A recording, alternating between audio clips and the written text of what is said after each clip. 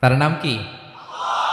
এ নামের যেদিক দিয়ে যাবেন ওদিক দিয়ে পরিচয় পাবেন।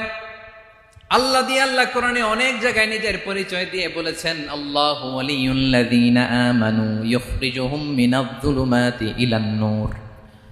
আবার আল্লাহ শব্দের আলিফ কেটে দিলে লিল্লাহ দিয়েও পরিচয় পাবেন, লিল্লাহি মা ফিস সামাওয়াতি ওয়াল আরদ।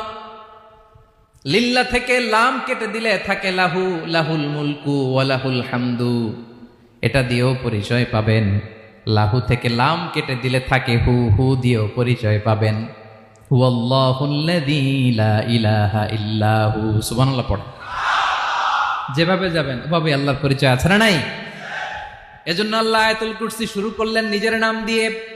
আল্লাহ বললেন, আমি হলাম আল্লাহ, আল্লাহু লা ইলাহা ইল্লাহু, আমি তোমাদের রব, আমার নাম আল্লাহ। লা ইলাহা ইল্লাহু, তিনি ছাড়া কোনো ইলাহ